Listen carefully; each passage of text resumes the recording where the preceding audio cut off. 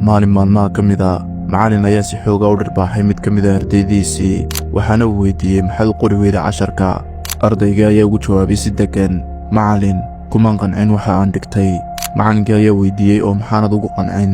ardayga ayaa yidhi maan arag xaqiiqanimada waxa ku qoran buugga oo wax dhab u jira maaha.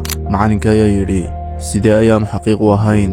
ardayga ayaa ku jawaabay, macallin buuggu waxa uu leeyahay waddankaagu waa hodan, laakiin gurigaygu waa dhoobo. dharkayga, bugaagtayda, kabahayga iyo xataa qalabkaan wax ku dhiganaya waxay ka yimaadaan oo na siisa hay-ad khayriya.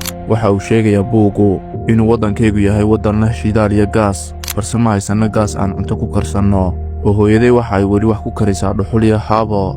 wuxuu sheegayaa buuggu inuu waddankaygu yahay waddan khayr iyo barako badan, laakiin ma arka wax khayra oo soo socda ee intaan haysanay oo sii baaba'aysaan arkaa. waxa uu sheegayaa buuggu inuu waddankaygu beri dhoweyd burbur iyo dagaalo ka soo baxay oo uu ku cusub yahay nabadda, welina aanu gaadhin xilli uu horumar gaadho.